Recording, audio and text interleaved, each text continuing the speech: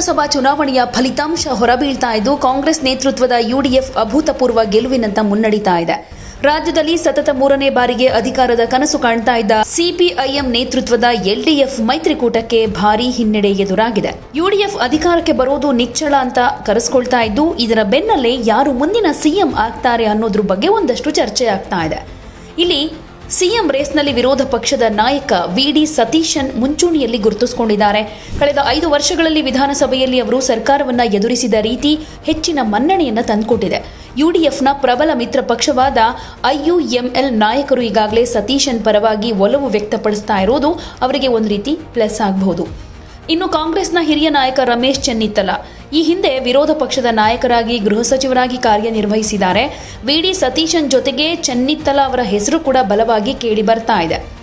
ಇನ್ನು ಎಐಸಿಸಿ ಪ್ರಧಾನ ಕಾರ್ಯದರ್ಶಿಯಾಗಿರೋ ಕೆಸಿ ವೇಣುಗೋಪಾಲ್ ಕಾಂಗ್ರೆಸ್ ಹೈಕಮಾಂಡ್ಗೆ ಅತ್ಯಂತ ಆಪ್ತರಾಗಿದ್ದಾರೆ. ಒಂದು ವೇಳೆ ರಾಜ್ಯ ನಾಯಕರ ನಡುವೆ ಒಮ್ಮತ ಮೂಡದೇ ಇದ್ರೆ ಹೈಕಮಾಂಡ್ ಸೂಚನೆ ಮೇರೆಗೆ ಇವರು ವೈಲ್ಡ್ ಕಾರ್ಡ್ ಅಭ್ಯರ್ಥಿಯಾಗಿ ಸಿಎಂ ಸ್ಥಾನಕ್ಕೇರೋ ಸಾಧ್ಯತೆಯನ್ನ ತಳ್ಳಿ ಹಾಕೋ ಹಾಗಿಲ್ಲ. ಇನ್ನು ಸಿಎಂ ರೇಸ್ನಲ್ಲಿ ಕೇರಳ ಪ್ರದೇಶದ ಕಾಂಗ್ರೆಸ್ ಸಮಿತಿ ಅಧ್ಯಕ್ಷ ಸನ್ನಿ ಜೋಸೆಫ್ ಹೆಸರು ಕೂಡ ಮುಂಚೂಣಿಯಲ್ಲಿ ಕಾಣಿಸಿಕೊಂಡಿದೆ.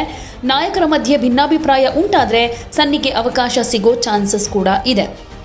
ಸಂಸದ ಶಶಿ ತರೂರ್, ಚಾಂಡಿ ಉಮ್ಮನ್ ಹಾಗೂ ಕೆ ಸುಧಾಕರನ್ ಕೂಡ ರಾಜ್ಯವನ್ನ ಮುನ್ನಡೆಸಬಲ್ಲ ಬಲಿಷ್ಠ ನಾಯಕರೇ ಆಗಿದ್ದಾರೆ.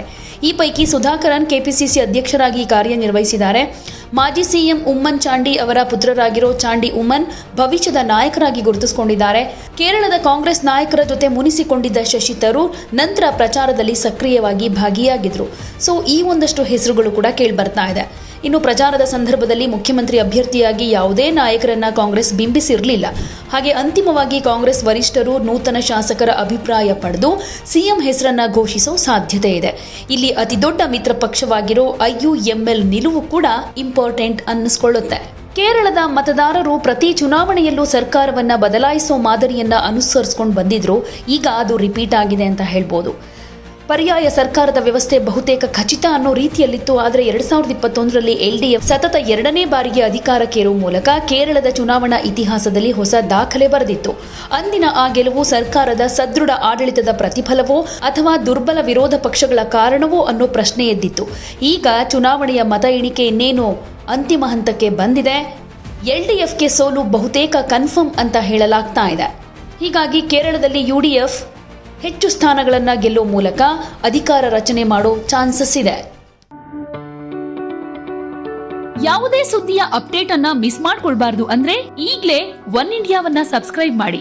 ನಿಮಗೆ ಬೇಕಾದ ಭಾಷೆಯಲ್ಲಿ ಎಲ್ಲಾ ಸುದ್ದಿ ತಿಳಿಬೇಕು ಅಂದ್ರೆ ಒನ್ ಇಂಡಿಯಾ ಆಪ್ ಅನ್ನ ಡೌನ್ಲೋಡ್ ಮಾಡ್ಕೊಳ್ಳಿ.